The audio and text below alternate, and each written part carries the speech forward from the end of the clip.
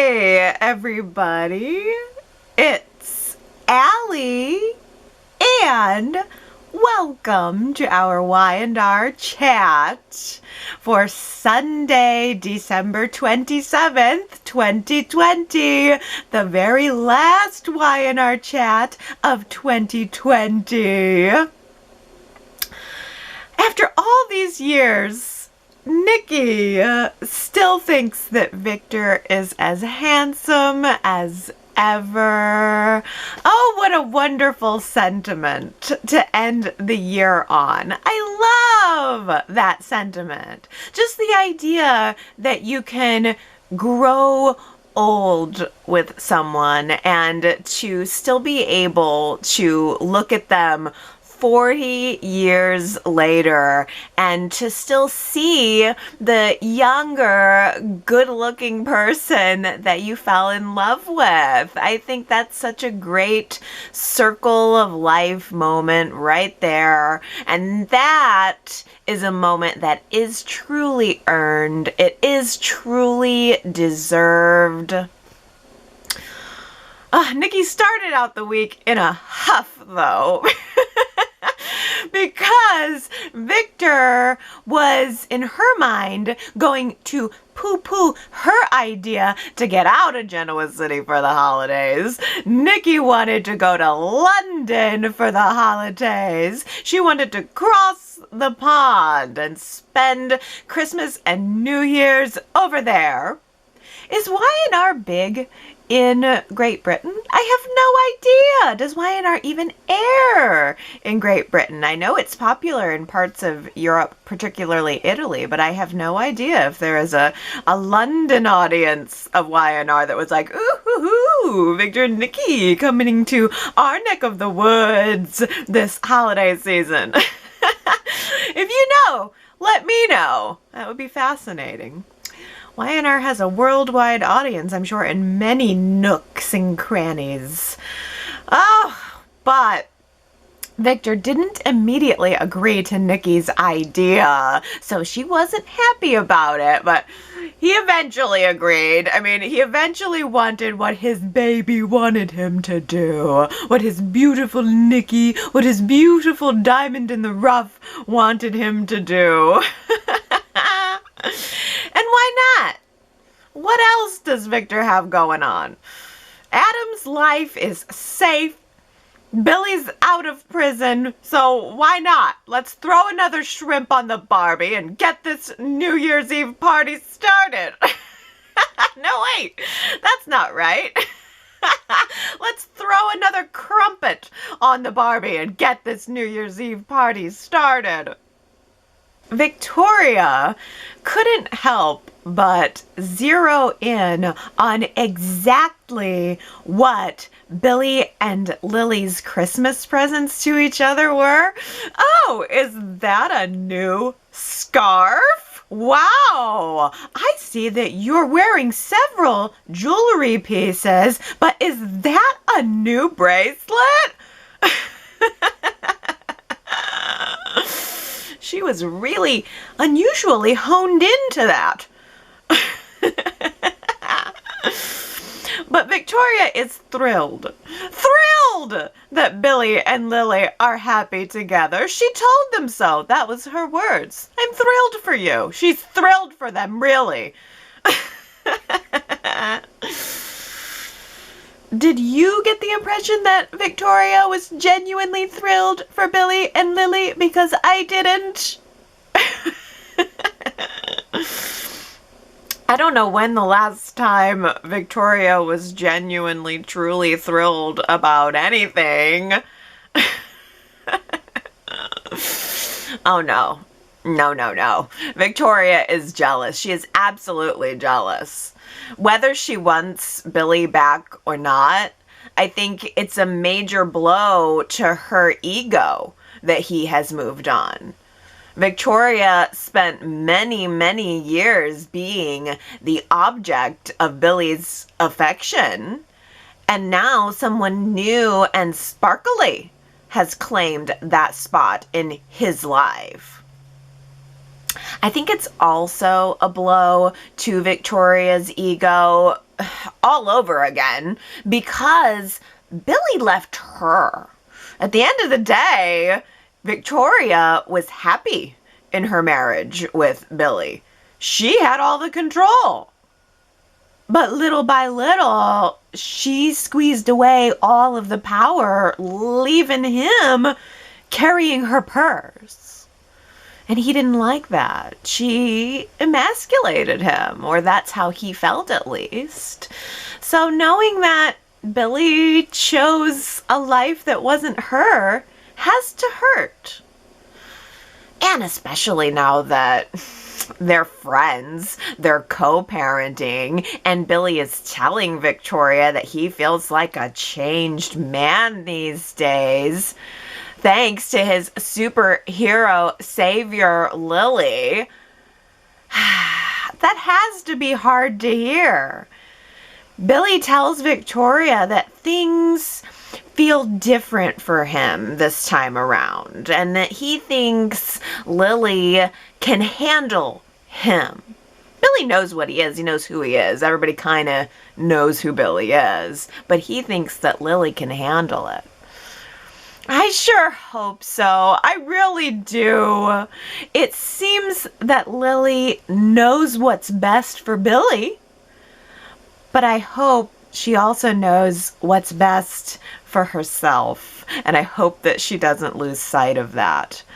Because Billy always starts out charming, always. But that charm wears off rather quickly. And you can ask Victoria that. Victoria knows that better than anyone. Victoria has years of experience dealing with Billy's charm.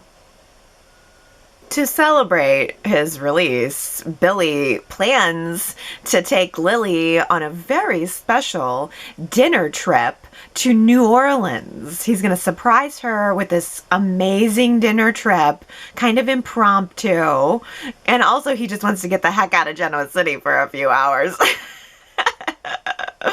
There's a lot that's happened in Billy's life over the past several weeks, and he just wants to get out of town. Maybe also join the Mile High Club with Lily on the Chancellor private jet. But their plans are squashed by Victoria. Victoria calls Billy just before he was ready to go, and she tells Billy that Johnny is having some trouble with the idea of Billy leaving town. Johnny's having some trouble with Billy leaving town. Johnny. Definitely just Johnny. Johnny doesn't like the idea of anything going wrong and Billy not being there on Christmas morning. Don't worry about it, Johnny. I'd say just chill out about the whole thing. If Daddy's not around, then maybe you could just go stop by Uncle Adam's penthouse on Christmas Day. I'm sure that Uncle Adam can show you how to steal the hood ornament off of Uncle Jack's Bentley.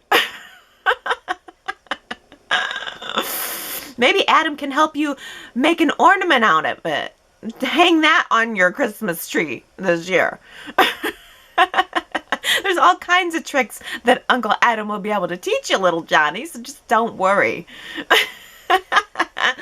Oh. But Billy talked to Johnny over the phone. He calmed the kid down and was ready to bolt out the door still. Billy was like, yeah, check, that's taken care of. Let's go, Lily. But Lily gave Billy the look, and he knew that she was not going to let him go to New Orleans. They couldn't go.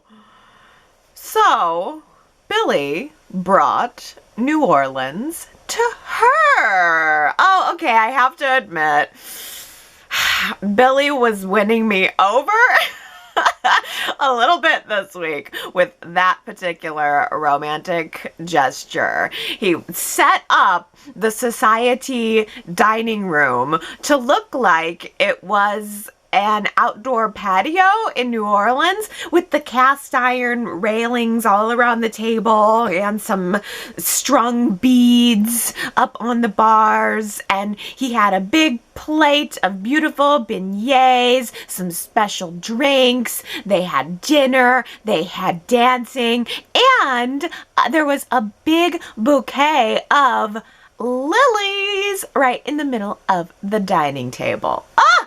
It was so nice. That was such a nice escape. I think I needed that. A little vacation, a little romance.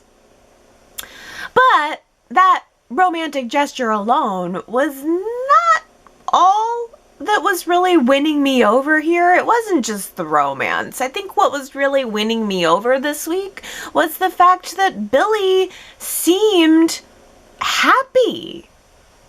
Really, truly happy.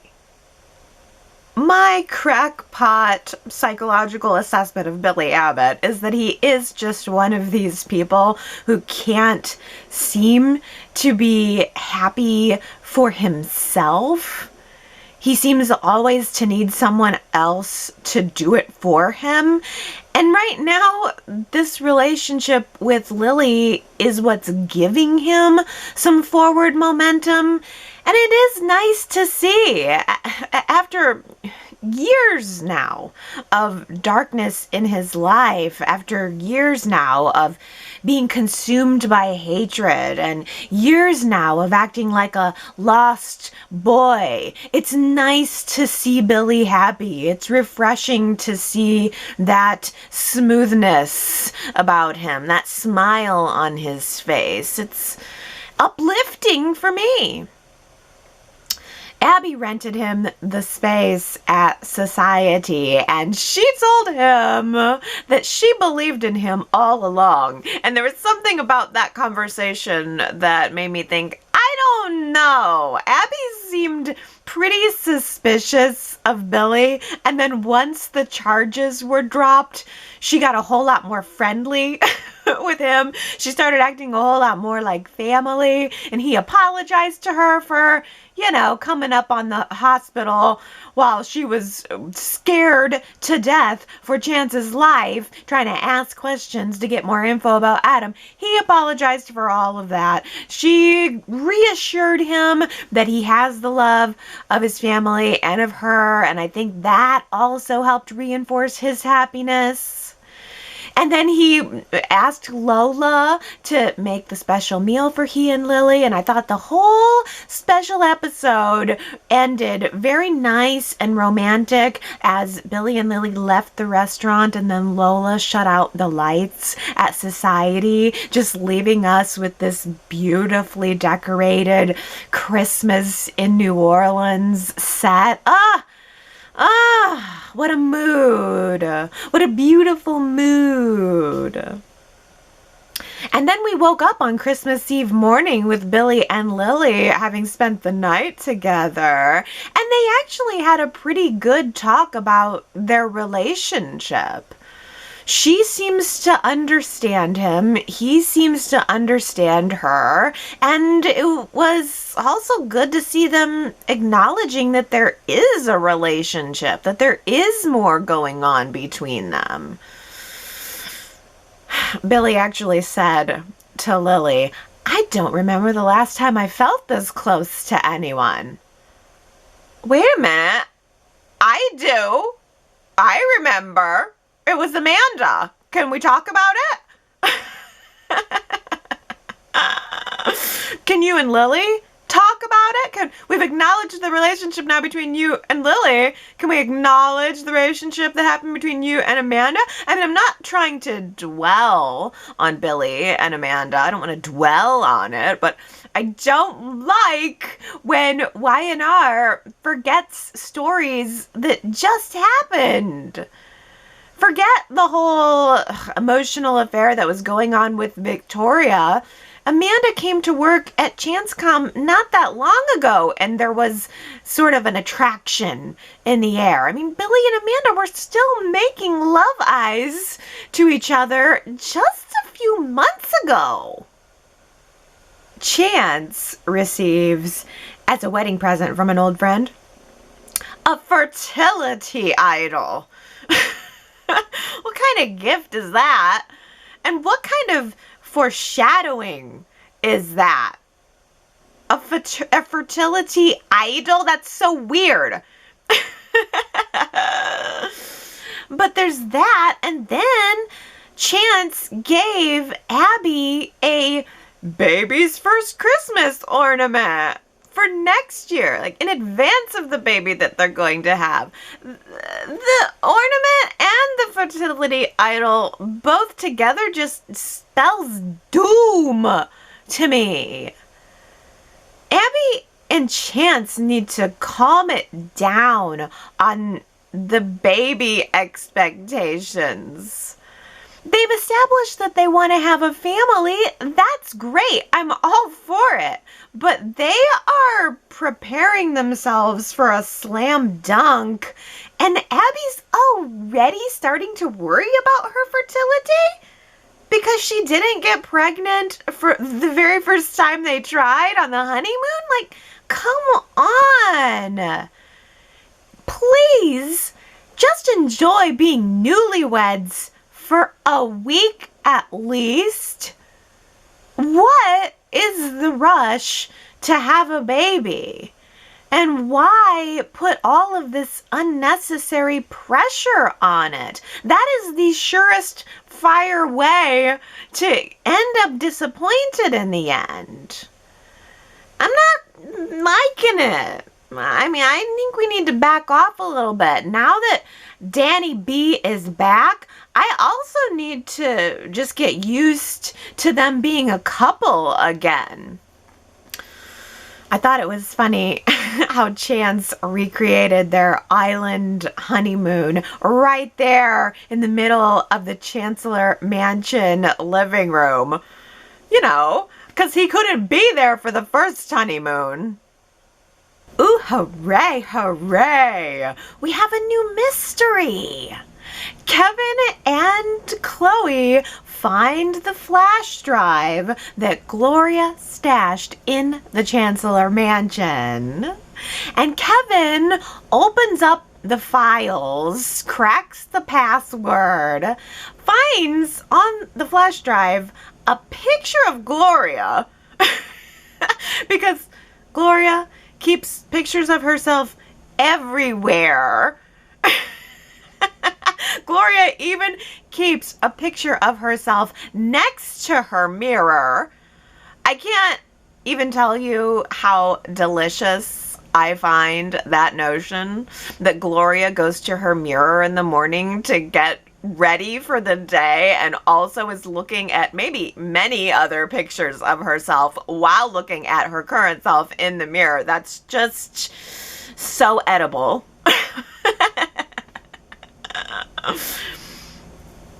But more to the point, Kevin also discovers a paper trail on that flash drive. Someone at the Newman Enterprises LA office has been siphoning funds to an offshore bank account to the tune of $2.3 million. Well, Gloria was in LA, I guess, but she wasn't working at the Newman Enterprises Los Angeles office, as far as I know. Then again, I didn't know that Newman Enterprises had a Los Angeles office, but I guess they do. It seems that on the surface, Gloria is the one pocketing the money, but if that's the case, why would she keep a digital paper trail of it with a photo of herself? That seems completely dumb. That doesn't make any sense. If I'm going to steal money, I'm going to cover it up, not put a bunch of evidence against myself on a flash drive and stash it where my son can find it. To me, it almost seems like a cry for help, like she was hoping that Kevin would find it and would help her out somehow. Gloria almost seemed scared the last time she was in town. like she was running from something or someone. I'm wondering, could Gloria be blackmailing someone who stole those funds? Or is it possible that she found out about the person who stole the money and now they're coming after her? I don't know. I don't know who stole the money. I don't know if we know the person that stole the money, if we've ever even met them. No, wait a minute. Wait. No, actually, no. Hold up. I know exactly who stole the money from the Newman Enterprises LA office. There is no need to ask any further questions. Everyone, attention Y&R chatters, just stop the speculation right this instant, because we all know now it was Alyssa. Oh, Jack has had several scenes this week, wandering around the Abbott mansion, the big empty Abbott mansion, all decked out with Christmas cheer. There was so much gorgeous greenery in the Abbott home, with big bright red bows on everything, and there were also those big bright red poinsettias. Jack is a total poinsettia man. I know it. I can feel it. Like, I bet he special orders his poinsettias from, I don't know, Holland. I'm sure they are flown in from Holland on the wings of a bird. Sounds about right. Oh, the Abbott mansion was beautiful. The lights were twinkling. The stockings were hung. But something was missing. This is the first Christmas without Dina. Well, except for all those other Christmases without Dina. Sorry, but it's true. Jack is mourning his mother, but he's also mourning the time that he lost with her. There were all of those years, let's remember, when Dina chose not to be with her family.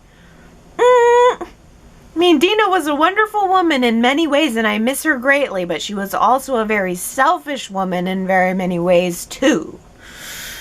Oh, goodness. So much to mourn, really. But I'm sure it's comforting to Jack that Dina's legacy of the teardrop of love is working its magic for Kyle and Summer this year. This very Christmas, Kyle and Summer have separate Christmas secrets. Kyle's tie clip and Summer's infinity necklace are both mysteriously missing at the same time. Well, it turns out they both had the same idea. Summer wanted to take the diamonds out of her infinity necklace and have them put into Kyle's tie clip. And Kyle wanted to have a piece of the teardrop of love taken out of his tie clip and put in to Summer's infinity necklace. Even Nick had to admit that it was pretty cute. So, okay, I'll admit that's pretty cute. I'm happy that Kyle and Summer are happy this holiday season. Although Kyle is still on parole with me, too. He's on parole with Nick. According to Nick, Kyle still has some proving of himself to do. And I feel exactly the same way. I think Kyle still has some proving of himself. Honestly, so does Summer, though. Her little fleeing away from their engagement on their wedding day was pretty immature. So I think both of them have some growing to do, and I'm going to need to see it. I do enjoy Nick as the overprotective father, though. Josh Morrow plays comedy pretty darn well. He's in his sweet spot playing comedy. He was not able to beat Kyle on the ice skating rink, though, and I know that I wouldn't be able to either. I ice skated one time in my life. I was in ice skates one time only, and it was way harder than I thought. I was in good shape, and I was sore the next day. It's way harder than it looks. I couldn't even stand upright. So I know I wouldn't be able to beat Kyle, who has spent his whole life on ice skates. Oh, well, Nick, his job is to be lightly authoritative with these kids, and I liked him in that space, but I also really liked Phyllis and Jack in their space, like working together to try to locate the missing jewelry pieces so that Kyle and Summer's Christmas wishes could come true. Is it completely wrong of me to think that a Phyllis, Nick, Jack love triangle could be kind of good? I know I love Phyllis and Nick, but I do love Phyllis and Jack too. At the very least, I like them sharing scenes together. And there's a line that Phyllis said early in the week that's just haunting me now. She's now allowed Nick to give her the loan to buy the Grand Phoenix Hotel, and she had this moment where she was talking to Summer, and she said, "Oh my God, a Newman owns me." Ugh, I mean, that's a really heavy, really deep, really not good feeling. And I do hope that over time it doesn't start to poison Phyllis and Nick's relationship, because I love them so much. But if it did, then Phyllis and Jack getting back together would be good too. I know we've been there before. And Jack always gets hurt. I think Phyllis's heart's always going to prefer Nick, and Jack would just end up getting hurt. But I do still really like the chemistry that Jack and Phyllis share together. I would certainly rather see Jack and Phyllis together than Jack and Sally together. I mean, was I right or was I right making that comparison last week? Phyllis and Sally have some things in common. And I had a feeling that Jack might be thinking about that, and he said so. And I wonder if maybe that's the little twinkle of recognition that Jack sees in Sally, and maybe that's the reason why he invited Sally to spend a very uncomfortable Christmas Eve with the Abbotts.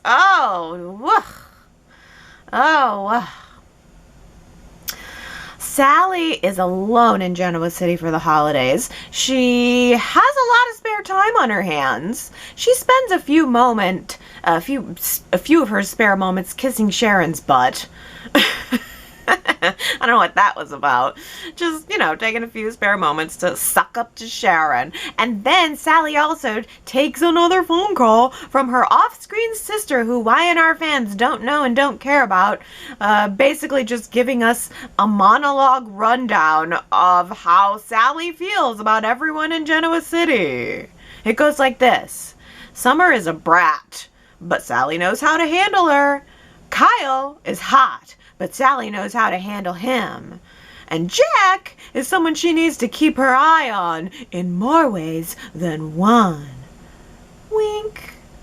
I don't know. She then gets this invite from Jack to join the Abbotts on Christmas Eve, when Summer and Kyle were not supposed to be there. Jack wasn't inviting Sally to create something uncomfortable for Kyle and Summer. He just invited Sally because she seemed like she was alone. But Sally didn't know that. Sally showed up at the door, I think, thinking that Summer and or Kyle might be there. But what Sally found in the Abbott living room was Nikki and Ashley. And I don't know, Ashley and Nikki seemed like they had some opinions about this surprise guest. They had to have been biting their tongues. I mean, they had to have been holding back the skepticism. Sally Spectra shows up at the door with all of her bobby pins, clomping her heels on the very expensive Abbott floor. I mean, do you think that Ashley and Nikki haven't learned by now how to spot a social climber from 6 feet away? Neither of them said a word while Sally was there, but I guarantee you that one of them is going to question Jack about this next week. Sally is annoyingly eager. And she's overly praising to the point of butt kissing. It was the same thing with Sharon. She was kissing butt to Nikki and Ashley the same way she was with Sharon. Like, oh, wow, you're so great. I just can't believe a little peon like me is in the presence of amazing people like you. Will you please be my friend so that I can use you as a stepping stone? Mickey Dolans. No. I don't like it. I'm not liking it. I'm struggling to find good reasons to connect with Sally. All I'm seeing is annoyingness. All I'm seeing is over-eagerness. All I'm seeing is butt kissing. All I'm seeing is ambition. There has to be some heart behind it to make me care about Sally's ambition, to make me care about Sally getting what she wants. Well, even though Summer and Kyle were not due to show up at the mansion, they couldn't help stopping by to thank Jack for his help with the Christmas jewelry. The jeweler finished Summer and Kyle's Christmas gifts just in time. I mean, the guy's working Christmas Eve like these are the only two people in town who want to give custom jewelry for the holiday. But he saved the day. I knew Mr. McClary wouldn't let us down. The Abbotts have been long-standing customers of his for years. And I'm sure that if he wanted to keep the Abbotts as his customers, he had to hustle his ass working late on Christmas Eve to get those two particular pieces done. No Christmas goose for Mr. McClary. He's toiling in the jewelry mines for the Abbotts.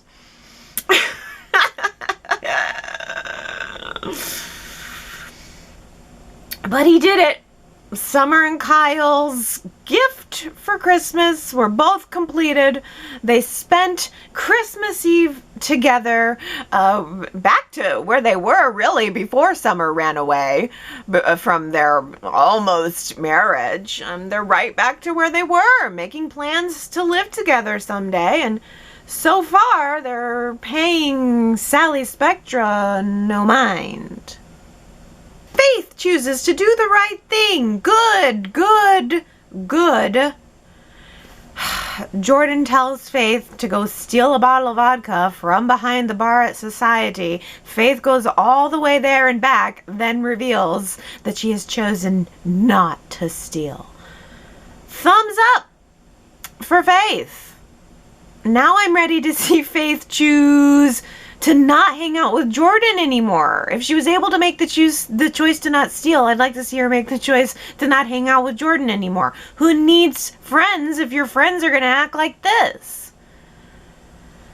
I say go home. Just go home, Faith. Have some tamales with Sharon and Rey. But I don't know, that might kill her. Apparently, Sharon's tamales are terrible. Imagine that. Sharon's tamales are terrible. Our skim milk Wisconsin princess can't make a spicy Cuban tamale on the very first try. Well, shocker. Ooh. I bet Celeste's tamales are good. Man, I love tamales. I love tamales, but they are a pain to make. I've never done it. I've seen some tutorials. I've watched some people do it, and it just makes me think, I can't. I will leave that particular cuisine craft to the experts, because I would just end up like Sharon with sauce all over my apron and a plate of dog food. Oh, but everybody deserves a good man like Rey doing his best to choke him down. Before Sharon realized that she totally botched it. I am still wondering, how exactly did Sharon botch the tamales to the point that made them inedible? Like, did she literally open a can of dog food and dump it into the meat mix? I don't know. Sharon's heart was in the right place, though. She wanted to create some new family traditions using Rey's family's traditions as a starting point, just kind of trying to combine them as they go to start their new life together on this Christmas. I really like the Rosaleses, and I really miss the Rosaleses, and I was reminded of that when Rey went to Lola's apartment and Lola and Rey were talking about their Rosales family traditions, and I just imagined that they had this really big gathering and lots of really good food, and I'm reminded of the role that Rey played in the Rosales family as the head of the family. The father left, so Rey was in the position of being this staunch father figure of the household, always having an eagle eye on his little sister. No Christmas presents until Christmas. With which I agree. I miss that dynamic. That was good. That was real. Rey as Lola's overprotective big brother, where did that go? It just got dropped. And I miss Rey's family. I could totally go for a big Rosales Christmas gathering right now. But Rey tells Lola that Celeste will not even be attending the wedding. She's not coming for the wedding. And instead, he and Sharon are going to be spending their honeymoon in Miami. Oh, yay! Yay! How romantic! Honeymoon in Miami with the mother-in-law and Mia, Rey's ex-wife, who tried to fake a pregnancy to break Rey and Sharon up. Wow, what romance! Whatever, Celeste is totally going to show up at Sharon and Rey's wedding, and she's totally going to fall in love with Jack. Don't even talk to me about Sally Spectra and Jack anymore. Sally is the red herring. She couldn't be any redder. Besides, that's all this writing team knows how to do. A bunch of red herring. Red herring, red herring. That's exactly what Sally is. Jack and Celeste are both going to be at the wedding next week. We are going to see that teardrop of love swell up in Jack Abbott's eyes. I bet you. Call it a prediction. Oh, so the wedding is next week. It has to be. New Year's Eve is Sharon and Rey's scheduled wedding date, and New Year's Eve is Thursday. And our previews have promised us some drama with Adam, who's back in town for Chelsea's doctor's appointments that she couldn't leave town for. They're back in town for question mark. They're not with their son where they should be because question mark. So that wedding's got to be happening, and we saw in the previews 2 seeds planted around that love triangle. Adam, Sharon, Rey. First, Phyllis is questioning Adam about who his true love really is. And then Rey is overhearing Adam thanking Sharon for her concern about him. So, at least we might get a little bit of drama, a little bit of question about whether or not Sharon is going to go through with it. And I'm wondering from you, Y&R Chatters, do you want Sharon to go through with it? That's our poll question for this week at yrchat.com. Are you rooting for the Sharon and Rey romance? Or are you secretly hoping that something, anything, is going to get in there and break up that wedding next week? Oh, you know I'm rooting for Sharon and Rey. Come on, Rey. Come on, Rey. I am rooting for you. Don't be paranoid about Adam. Don't lose your cool now. All you gotta do, Rey, is keep it together for 4 more days until you can lock down this marriage for good, seal it with a kiss, and live happily ever after. Or until Sharon starts to feel a little restless. What is really working for me right now with the Nate, Elena, Devon, Amanda love and stories is the fact that they're all decent people. They're all decent characters who just got caught in a sticky situation. Elena still loves Devon. She was dreaming this week that they were still together, kissing under the mistletoe, as if everything with Nate had never happened. Yet, at the same time, Elena does have feelings for Nate, or it wouldn't have happened. Elena has tried denying her feelings for Nate. It didn't work. But I think that Elena just doesn't know how to move forward from where she and Nate started.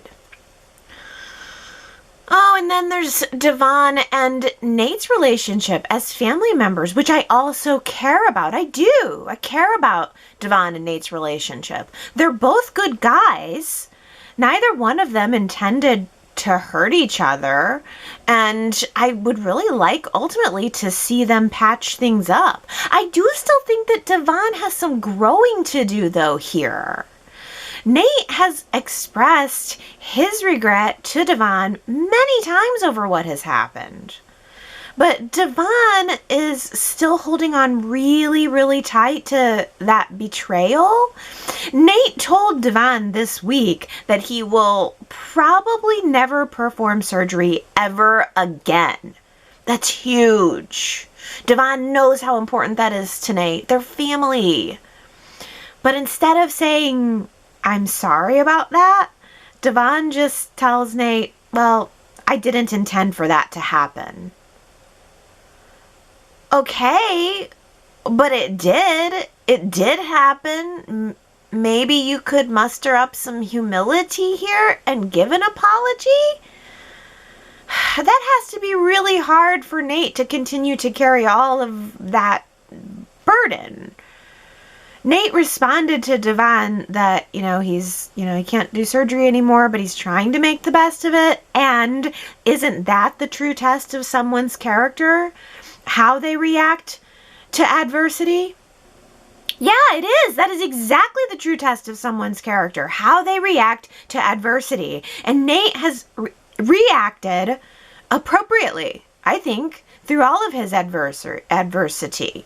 It was Devon who hauled off and hit someone, permanently injuring them. I think that Devon still needs to do some self-reflecting and think about how he is handling his adversity. Another facet of the Winters family story is Amanda and Lily's friendship. I really like it. I really liked Fashion Show. Oh my gosh. Lily prancing around in her dresses for Amanda's approval, trying to find the exact right outfit for her date with Billy. Ah, yes. For as long as I've been watching soaps, which is 25 years at this point, there has always been this supposed bitchiness among the women, especially if they've dated the same guy, which Lily and Amanda have. So it's really nice to see supportive, positive female friendships. I think it provides a really nice contrast to the bitchiness, which I also appreciate very much. Don't get me wrong. I mean, we've got Summer and Sally that are sort of on the opposite end of that spectrum, representing the blind bitchiness, no real reason at all. We just are two females and therefore we hate each other. And now on that opposite end, we have Amanda and Lily just being cool. Like, the bitchiness has become a signature of soaps, and it's long even before soaps. I mean, yeah, there's definitely, if you think, I was watching Dynasty not that long ago, and Dallas, there's always this bitchiness between the ladies, and it's fun, but it's fun to have some friendships now too. I like that we've kind of evolved in that direction.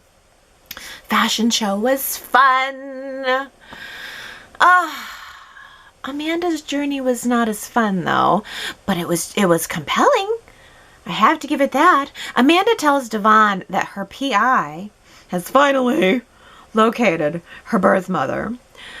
The birth mother's name is Naya, and she was a cousin of Rose's, the woman who raised Hillary.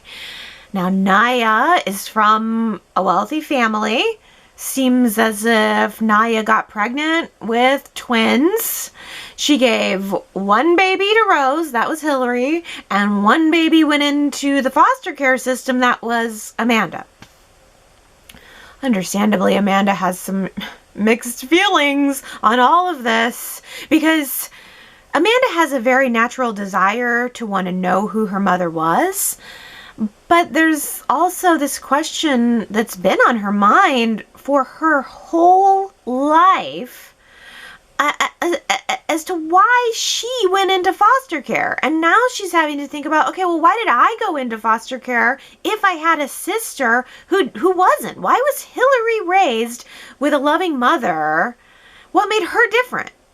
What made Amanda the unlucky one and Hillary the lucky one? So with all of these questions in mind, Amanda decides to take the leap. She drives up to Wilmette, to where Naya lives now, and Amanda asks Devon to go with her so she won't be alone. I think that Devon is in a really unique position to help Amanda right now, as someone who has been in foster care and as someone who met his parents later on in life.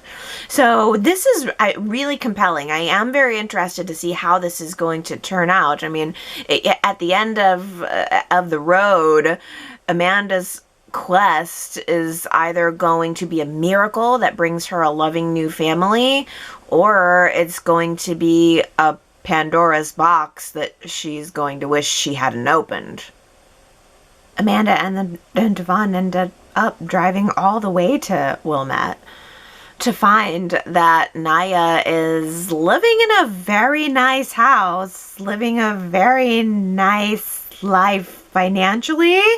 Clearly, she would have had the resources to find her daughters if she had wanted to.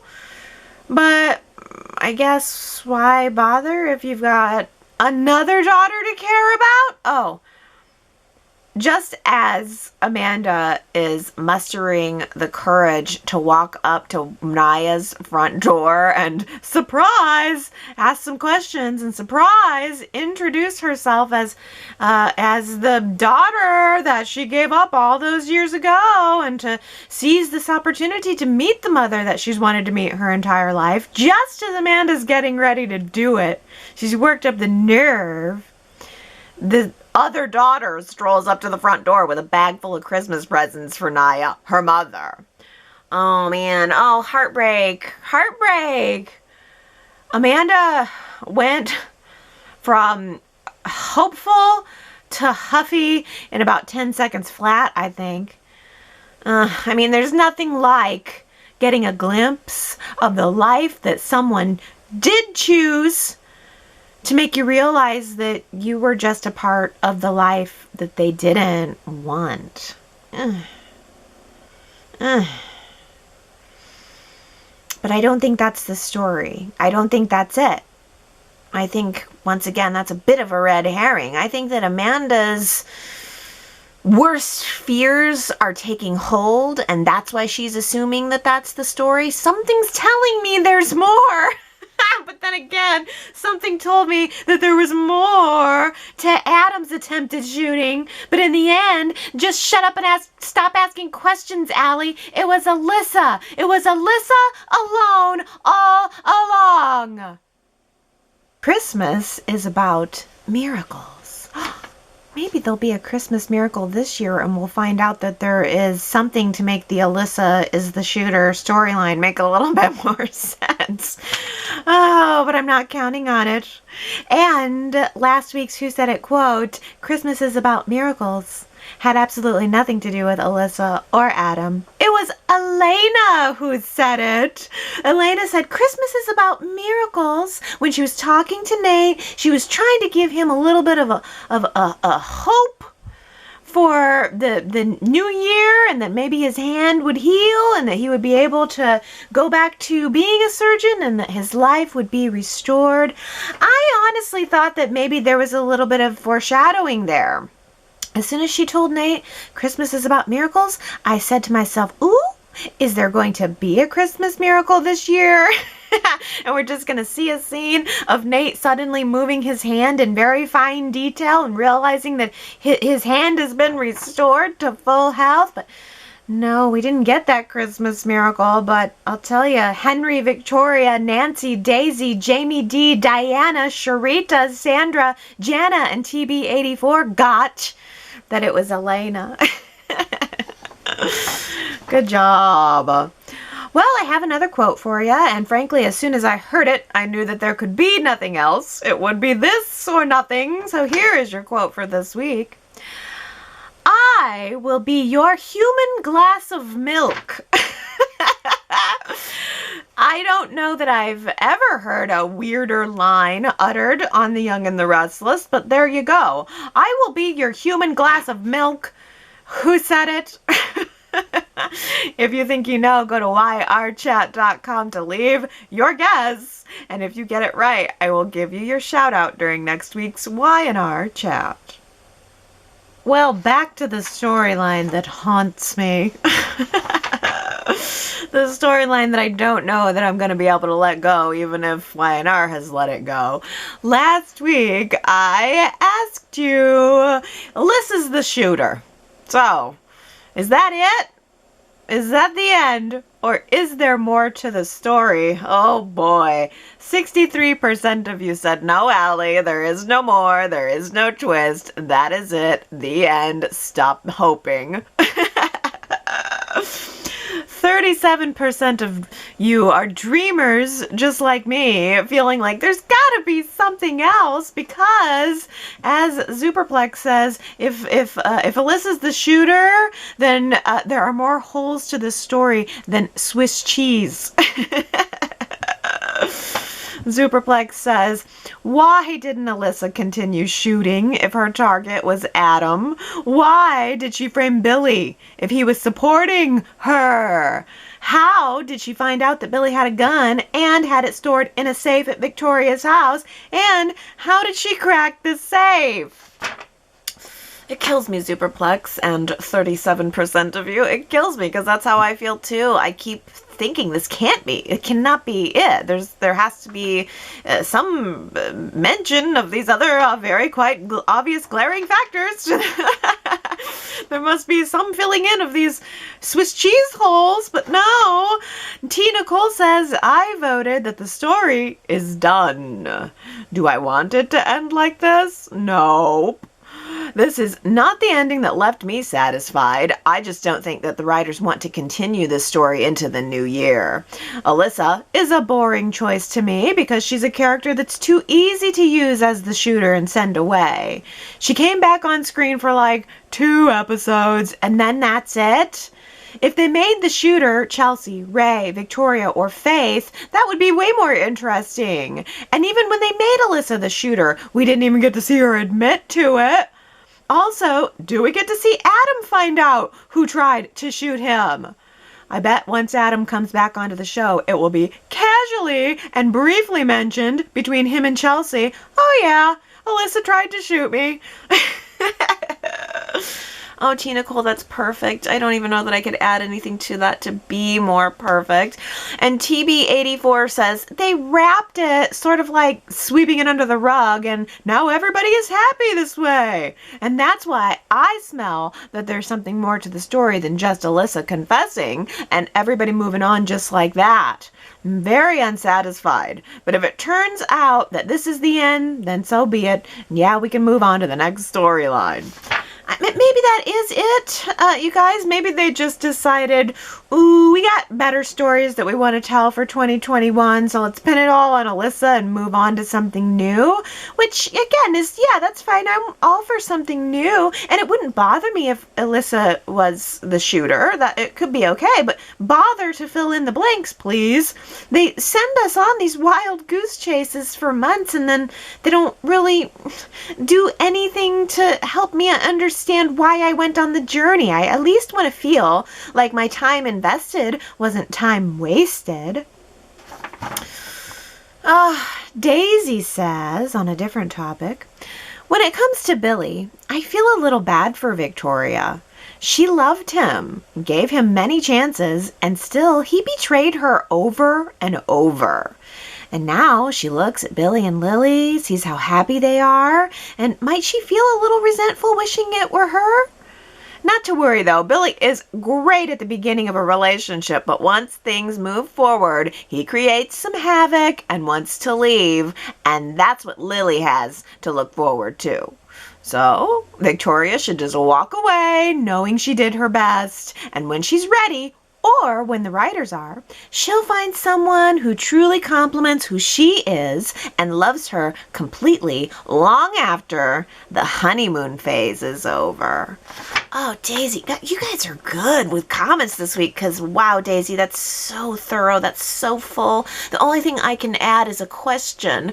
Who do we think could be someone who loves Victoria and who could accept Victoria and be with her and stay with her long after the honeymoon is over? Give me a name.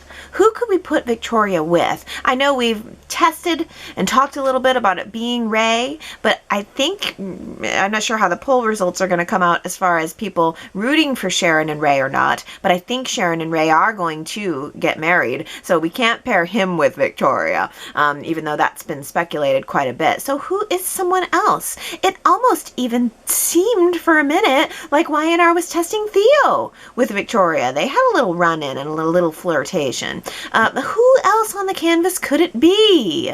The only other lovelorn person I can think of is Jack, but I don't want to see him hook up with his former stepdaughter. Oh, who could it be? Let's think about this week. Who would be a good match for Victoria, who's on the show currently? Or might it be someone new? I mean, someone new would be nice, but again, I know we're working with these budget cuts. Isn't there anyone? Anyone who's currently on and single who might make a good match for Victoria? Leslie says, I think I'm in the minority here, but Lily with Billy is the most I've ever liked her character. Yeah, and Superplex says Lily is the perfect woman. Yes, I mean, I'm really liking Lily right now. She is physically stunning, and she has also this calm coolness about her. I like Lily. She doesn't seem overly aggressive. I mean, she's never really been overly aggressive. She just seems kind of cool and calm and beautiful and together. And, you know, I can't help but relate to that.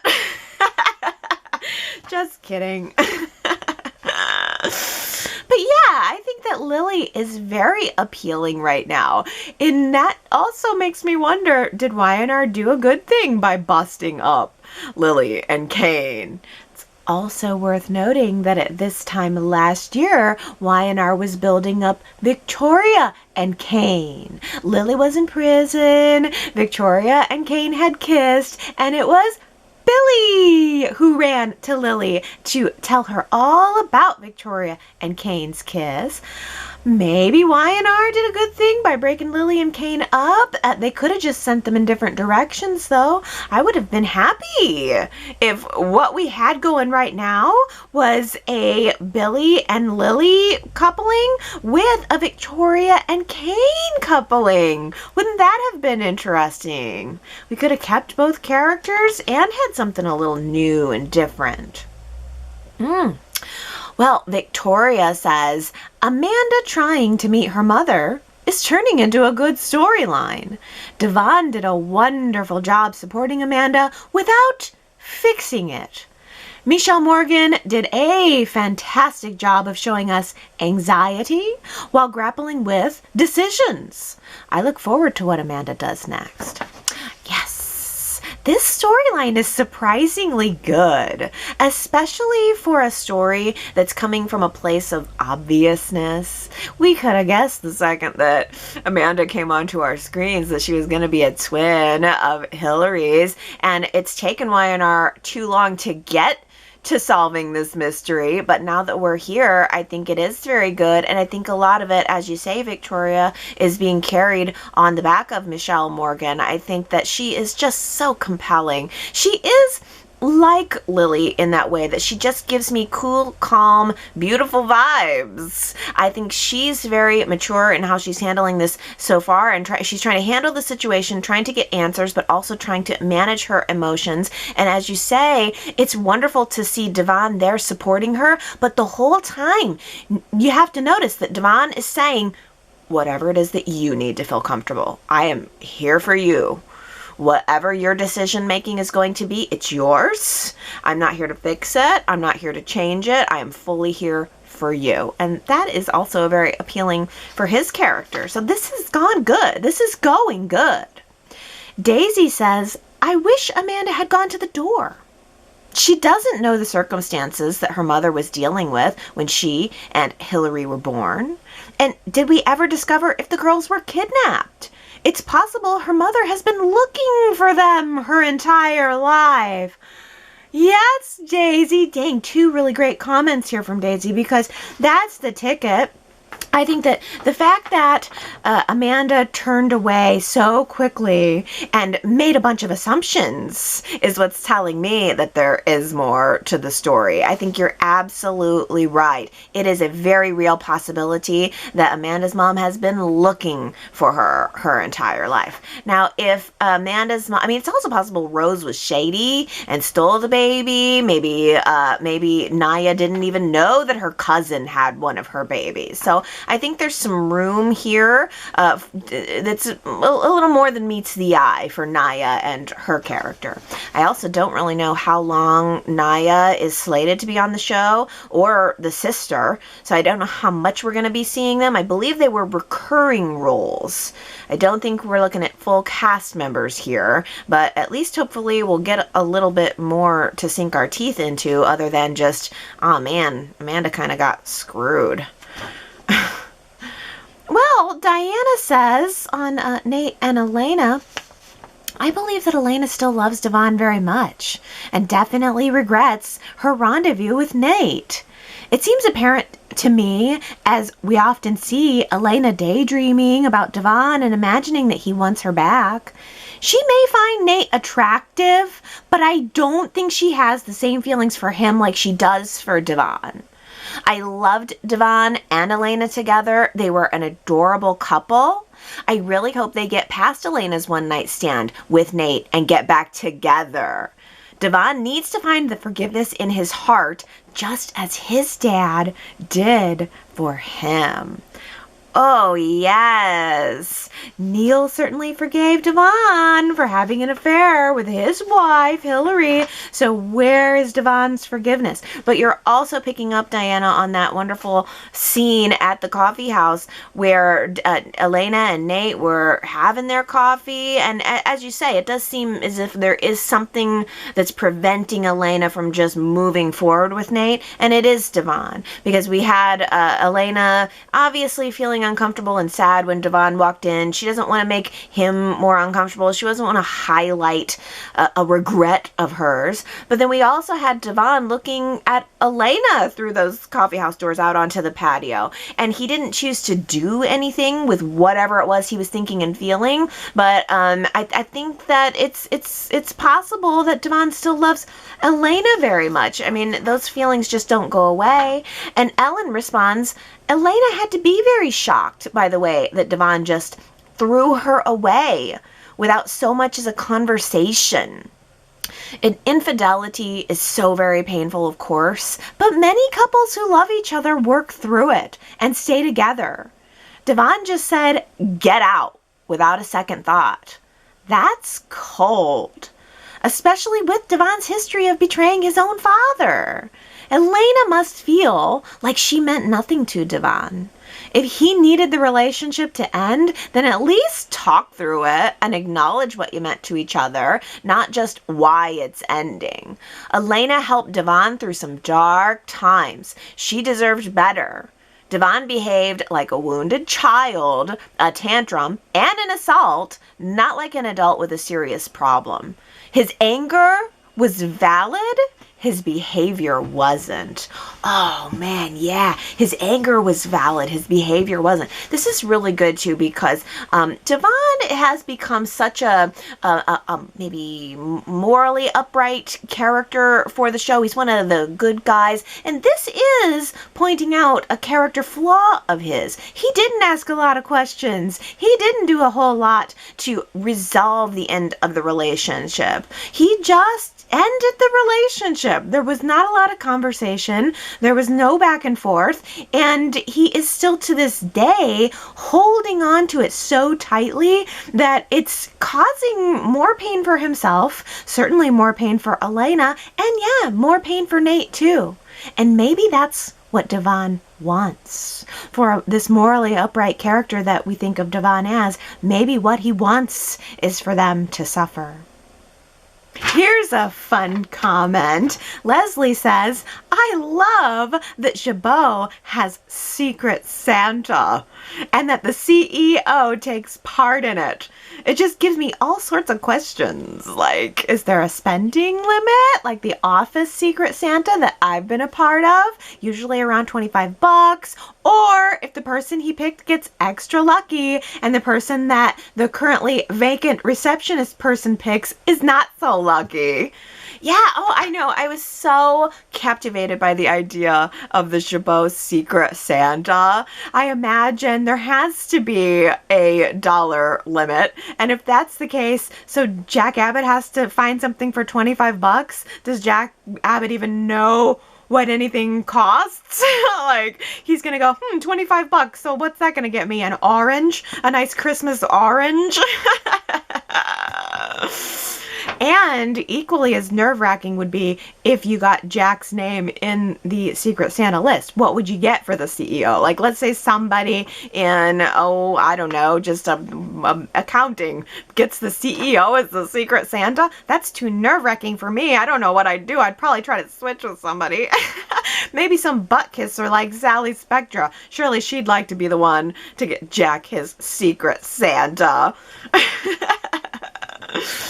On that note, Sherrod says, I've been saying for a while now that Y&R was going to put Sally Spectra with Jack Abbott. This is following what Bold and the Beautiful did with Eric and Quinn. Ugh. I know, it's all over. I mean, everybody is saying it. Everybody is saying Jack and Sally, what? I feel like Y&R's messing with us. Sometimes I think they do like doing weird little things like that, like putting Sally into these scenes with Jack just to send us spinning and speculating. I just am having a hard time seeing us actually going there. But Marianne V says, I think Jack will fall for Sally. He deserves someone special, but not sure that Sally will be that for Jack. She's even more conniving than Phyllis, and that's saying something. But maybe they could make it work. Oh, no, I don't. I think I don't want it. Like I said, I would give it a chance if we were actually there and I knew it was happening. But if I can do anything to prevent this, I think I'd prefer to prevent it. But probably also because I would much prefer if Gloria were Jack's new love for 2021 and beyond. Superplex says, Gloria has been robbing you blind, Victoria. Is that the prevailing thought? It did seem like maybe that's what Kevin and Chloe were settling on. The idea that Gloria has stolen this money herself. But I just don't understand why Gloria would paper trail herself. I feel like Gloria must have stumbled upon the person who's been robbing Victoria blind and either is blackmailing them or is being threatened by them and is keeping the evidence for her own safety. Like, you can't do anything to me. I've got this evidence and my son knows where it is or something. I don't know. I wasn't immediately sold on the idea that Gloria stole the money. But I don't know. Maybe Gloria will come back and tell us this story. Does anyone know if Judith Chapman is scheduled to come back onto the show at all next week or the week after or in the new year? I don't know. Oh, here's a real zinger from Gary. Gary says, about the last thing that Kyle Abbott needs is an even more minuscule stone on his tie clip, more than the one he already had before his latest surgery. Just get Summer a fancy purse, will you? Well, aren't you clever? This is clever, Gary. The idea that bringing up the purse, bringing up the Christmas purse. I guess that's how we know that Summer and Kyle are true loves, while Lola was just a flash in the pan. Because Kyle goes out of his way to create a meaningful, lasting, family heirloom gift for Summer. As you say, doing surgery on the stone yet again to try to give a piece of the teardrop of love to Summer, while Lola got a purse for their first Christmas together. I love that callback. That's so good. Christmas is past. Maybe that should have been the classic episode that was aired this past Friday. Lola's Christmas purse fit. Sandra says, I rewatched the Christmas episode from last year that aired on Friday, and I marveled at the closeness of everyone. The hugs, the kisses, Ashley holding Abby's hand as they admired the table setting in society. Oh. Well, as I said, I didn't watch the classic episode, but that's a really interesting observation, Sandra, because last year was a very different world, wasn't it? Watching that episode and thinking about what was about to happen in a couple of months and how that would impact not only the show, but ourselves. Goodness. Maybe 2021 will be even better, though. I hope so. Surely. It can't get too much worse. Actually it can, so I'll knock on wood. And I'll move on and read this comment from Kamna, who says, Allie, you should have a poll question about our favorite Christmas couples this year. Although it would be hard for me to choose. By the way, hope you're still enjoying Once Upon a Time. It's such a great show and it keeps getting better. Oh, yeah. Well, first of all, yes, I am. I'm on season 3. I've really been blazing through that show. It got a little dark in some places, but I'm surprised. It's surprisingly good writing, surprisingly good drama. So yeah, I'm still enjoying that very much. And it's nice just to have something to watch that is really low-key. I could watch it with one eye open if I needed to. I don't have to do a report on it. So it's nice to I have to do my Y&R book report every week. So I cannot be caught slipping on Y&R. But it's nice to just be like, oh, I can just kind of daze into this show. So I enjoyed it. Now, as far as favorite couples for Christmas, now is it this year or this Christmas? I guess this Christmas. I feel like maybe I'm going to have to choose Victor and Nikki. I really enjoyed them. Of course, you know I love Phyllis and Nick. I'm sure they had a lot of fun under their mistletoe this year. Billy and Lily are surprisingly working pretty well for me, but I guess if I have to pick a favorite Christmas couple, it would have to be Victor and Nikki. Now, Ellen says Eric Braden is more handsome now than when he was young. He kind of looked like a Disney villain back in the day. He's aging like very fine wine. Yes, I know. I agree. I think Eric Braden is a very strikingly good-looking man. I think he was good-looking back in the day, though, too. Yeah, I'm a fan. And I thought that was a really wonderful little scene between them. I'm glad you guys noticed and appreciated that, too. Well, Gary, here's a little preview for next week. Gary says, a surprise guest crashes Sharon and Rey's wedding. Yeah, I saw this too. I saw this preview. A surprise guest crashes Sharon and Rey's wedding. Well, I mean, hopefully it's not too much of a spoiler. Because I think this is a fact. Just skip forward 10 seconds if you don't want to know. I'll give you a moment. It's Arturo.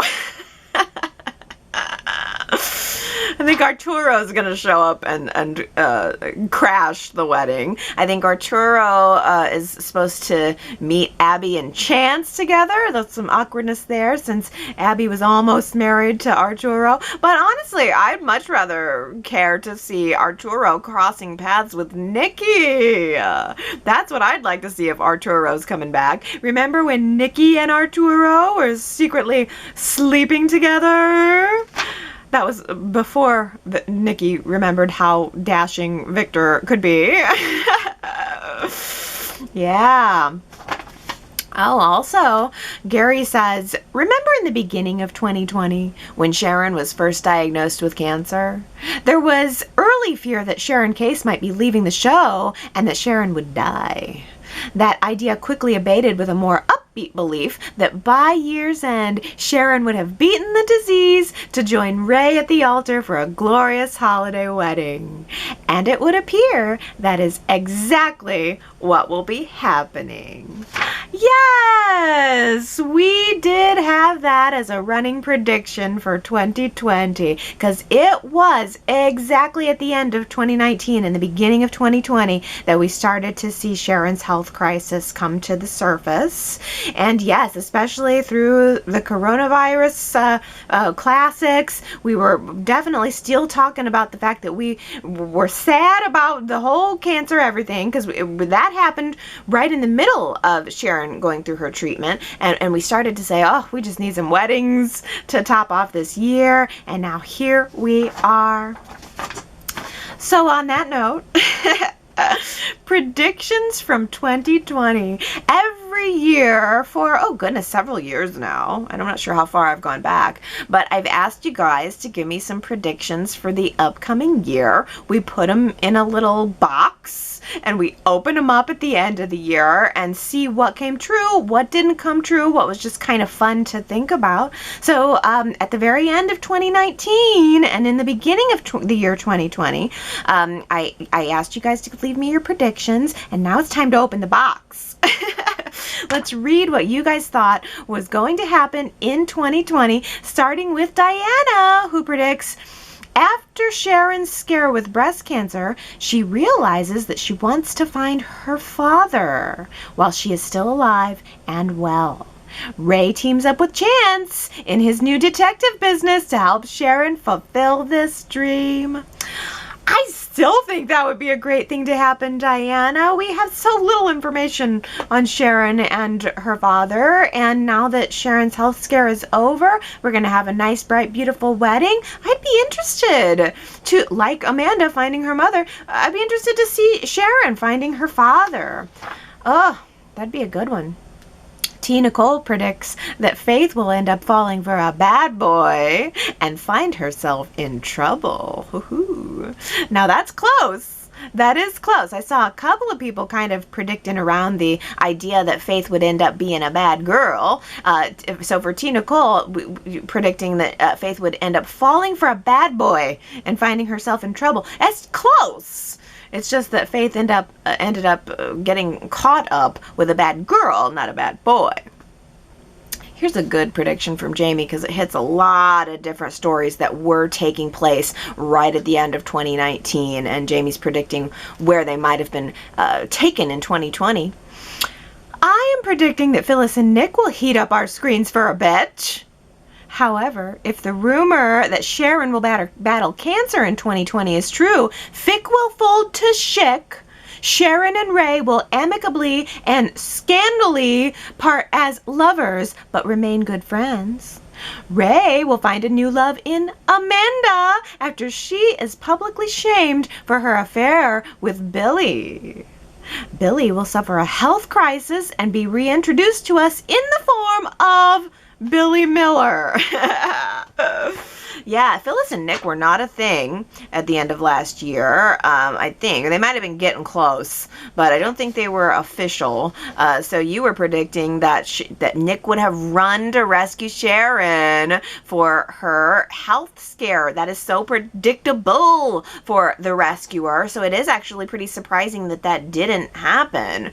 And you predicted Rey and Amanda. Wow, that would have been interesting. But you're picking up on, too, that it was at the end of 2019 that we were seeing the very end of Billy and Amanda sneaking around together, because you're predicting that there would be some public shaming for that affair. That didn't quite happen, but here's a couple more. Jamie says Victor and Nikki will relish the role of King and Queen of Genoa City. Yeah, I'd say that's true. Jack will be all caught up in Theo-Kyle drama and rekindling a romance with Phyllis. Well, part one of that's pretty true.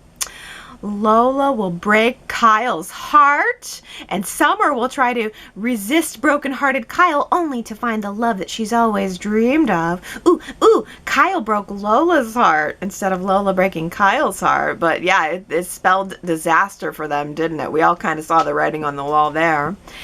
Abby will give up on men and focus on her career. Oh, yes, she did spend quite a bit of time focusing on her career in 2020.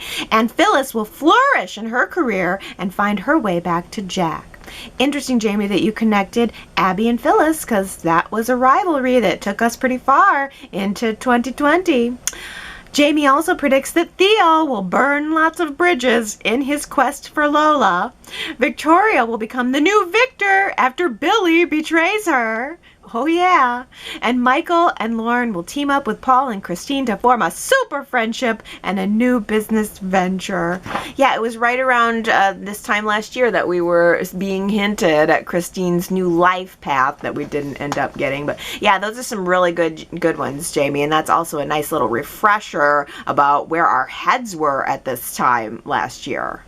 On the topic of Theo, Sam predicted that Theo would become the CEO of Jabot. That would have been nice. It really would have. And it would have been a pretty inevitable direction if Theo would have stayed on the show. I really feel like your prediction would have come true sooner or later. They would have had Theo somehow seize control of Jabot. Oh, so much potential. Shakono predicted that Lola would be pregnant with Theo's baby. See, at the end of 2019, Kyle and Lola were still married, but I believe it was on New Year's 2019, New Year's Eve 2019. Theo had asked Lola to dance, and we were all kind of like, asking another man's wife to dance? What's up with that? But it was just the cusp of Theo and Lola at this time last year. Diana predicts that Kane and Colin would return to the show after Chance hunts them down. There's some kind of twist regarding the will scam, and they are both redeemed and in the clear. Oh, wouldn't that have been nice? Colin and Kane redeemed and in the clear. But no, presumably Kane is still hunting down Colin somewhere. Is that the truth? Is that what it is? Nobody's heard from Kane? Nobody's mentioned Kane? Did he ever find Colin? It's been a year now. Yes, Allie predicted that Billy Miller would return as Billy. That was definitely one of my big ones for last year. Surprised that didn't happen. It seemed like Billy Miller was someone who was on Josh Griffith's radar. Maybe he wanted to, and the timing just didn't work out. It's clear that Josh Griffith likes the character of Billy. Billy has had a lot of focus this year, and I'm pleased that Jason Thompson has stuck around. I think he is a very good actor, and I still enjoy seeing him. I also, Allie, predicted that Daniel Goddard would return as Kane. Well, that didn't happen. Maybe it was more wishful thinking. I also predicted another writer/executive shakeup by the year's end. That didn't happen. Think again, maybe more wishful thinking. But also, Allie says, tagging up on Keisha's prediction, I think we're going to see an alcoholism story for Victoria in 2020. But yeah, that would have been an interesting path too, considering her mother had an alcoholism story many times, many years. We certainly did see Victoria and some unhealthy behaviors. It just wasn't that alcohol was one of them. Astra says, clearly they are headed for a Billy and Amanda affair, which will break up he and Victoria. I don't think Billy and Amanda will be together permanently. They will end as soon as it comes out. I like the prediction of Victoria becoming an alcoholic, so I'll co-sign on that one. Yep. Billy was definitely having his emotional affair with Amanda, and Victoria and Kane had just kissed.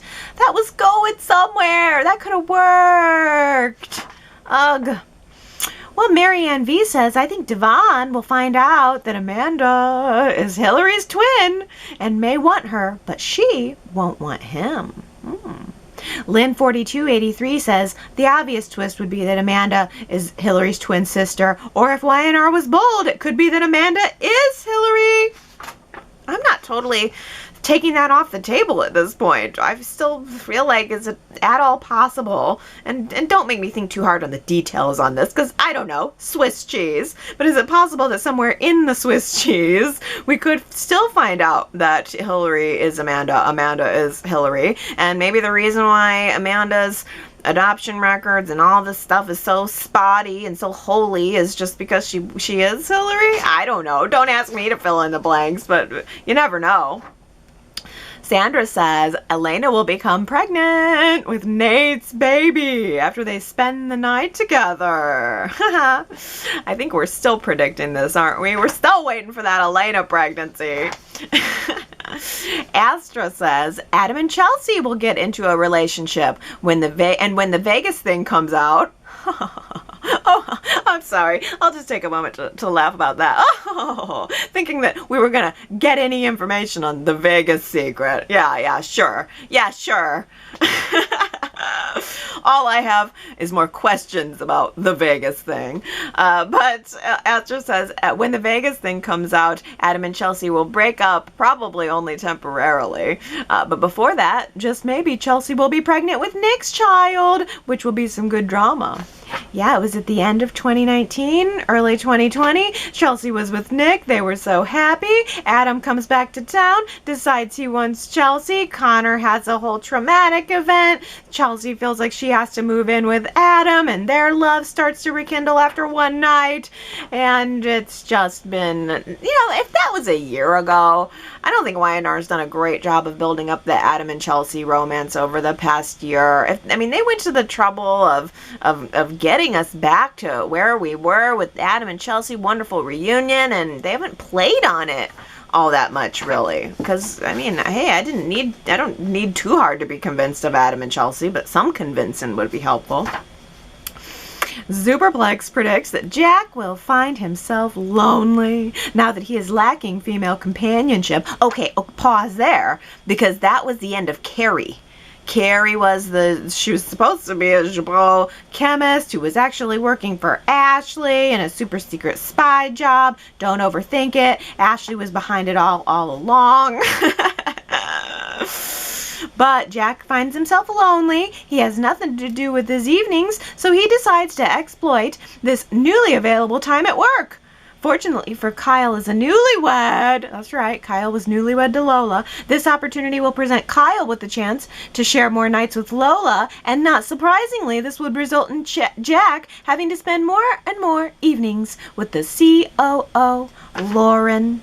See, that's another reason why the Sally and Jack thing just is not fitting with me. They teased Jack and Lauren in a weird way, and I feel like it was just to send the fans spinning and speculating, and it didn't turn out to be anything. Personally, I'm glad that it wasn't. I want Michael and Lauren to stay together till the end of time, but it was there. That was on our minds. Jack and Lauren, we were all going, oh, is that going to happen?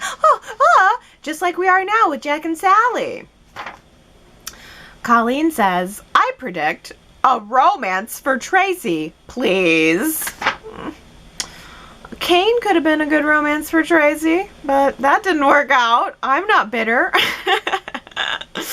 But we've had so much bonus Tracy this year. I mean, I must take a moment just to be grateful for that, because Y&R has given us a lot of Tracy moments. They really responded to the fans' response to Tracy, and I think a romance with her, for her is long overdue. Oh, I would swoon for that. I mean, who deserves love more than Tracy? She gives so much love. She deserves to get some love. And some nookie. Well, Leslie predicts that Abby will become pregnant from Chance and give birth to an Abbott Chancellor heir. Oh, isn't that right? Isn't that right, Leslie? You're in the ballpark at least, because Abby and Chance weren't together at the time. There was an Abby, Chance, Phyllis triangle going on at this time last year. Phyllis was seeming interested in him. Abby was seeming interested in him. And you're predicting a pregnancy. It might happen. It surely might. And we might get that Abbott Chancellor heir. We got the Abbott Newman Chancellor wedding. We got to get the Abbott Newman Chancellor heir. But Leslie also says, and this is funny, I think I also want a recast of Chance. I'm giving this actor a chance, pun intended maybe. He's okay, but I think there's room for improvement. That's probably one of the best predictions for 2020. I mean, Leslie's leaving this comment in December 2019 saying, I kind of want a recast of Chance. And then we ended up getting a strange recast, like unexpected recast of Chance right in the middle of everything this year. Oh, Ellen predicts in 2020 that Henry will always get the Who Said It quote of the week questions correct. If he actually misses one, I will faint and the paramedics may need to administer CPR. How does he do it? I think that prediction is the correctest of all. I don't think Henry missed a Who Said It quote at all. I don't think any weeks have been missed by Henry. So yes, Henry's streak continued through 2020, but will it continue through 2021? We will be on our edge of our seats on that one. Well, let's end with this prediction from Allie, who says in December of 2019 says, I predict in 2020 that there will be a worldwide pandemic that will halt Y&R production from May to August and send us into 4 months of classic episode re-airings. Whoa, you guys! That's the best prediction of all! Such accuracy! Can you believe it? Well, yes, you know, I have a crystal ball. I have some crystals. Perhaps I could find one that's in the shape of a ball. Oh, those are pretty good from 2020, but what do you got for 2021, Y&R Chatters? Top that, top me. YRChat.com. There's a special thread at the website this week and next week for your 2021 predictions. Let me know what you think is going to happen in the upcoming year. The wilder the better. I like the far out ones because I always leave the thread up for 2 weeks because at a certain point we're just sort of predicting short term on the stories that are on the front burner now. But I like thinking about what way Y&R would really shake up the show in December of 2021. Where are we going to be 1 year from now, not just 1 month from now? So get your predictions in now. I'm going to seal off that thread in 2 weeks. So you got 2 weeks to give me your 2021 predictions at yrchat.com. And you've got all the time in the world to give me any other comments about the show that you might have, or voting in the polls, or guessing the quotes, and all of that good stuff. Well, I hope that everyone had a wonderful Christmas. As you can see, I received my very own copy of Melody Thomas Scott, Always Young and Restless. There she is on the cover, just looking like a glamour shot, a big old jewel on her hand, just looking beautiful and soft and diffused in this lighting. I also, as a surprise, have Don Diamond right here next to her. He has a book titled My 7 Sons and How We Raised Each Other. They only drive me crazy 30% of the time. Oh, somebody knows me. Somebody loves me. Can you believe he has 7 sons? That's just not... He's so much man that he only shoots Y chromosomes. Can you even believe it? Like 7 sons, 7 kids, and he was just like, man, I'm all man. He must be very proud of himself. He must feel very masculine. 7 sons. Well, so I've got my Nikki and my Brad here together. They were married for a bit. I was all right with it. I was pretty much all right with anything Brad did. So yes, it was a very Merry Christmas for me.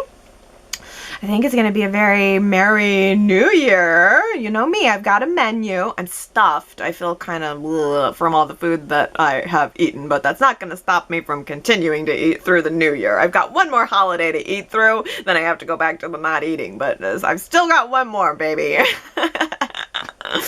So I'm looking forward to having a really nice New Year's Eve. Y&R is going to be running a classic episode on Friday. I don't remember which one it was. I didn't pay too close mind to it because once again, I would like a day off. And so that's my plan. I'm going to take the day off of watching the classic episode, but of course I'm going to watch Monday through Thursday. And I'm going to be here next Sunday to chat about those Monday through Thursday shows, maybe take a peek at a couple of predictions that you guys have left me and other comments that you guys have left me. I think it'll be a good one. I'm looking forward to 2021 for Y&R. I'm hopeful that we'll have a full 2021 season. There's just no way that anybody in their wildest dreams could have predicted 4 months of classic episodes. It's shocking that even happened, but I'm ready to put it behind us. I'm ready to on with the show, get some new stories going, get some new shakeups going. Y&R is always in a really different place at the end of each year, and we'll just see how it goes. Sometimes it's good, sometimes it's not so good, but I'm in it for the ride. I know you guys are too, so come on back and ride with me next week. I love you guys. I hope you have a really good New Year. Happy New Year. Bye.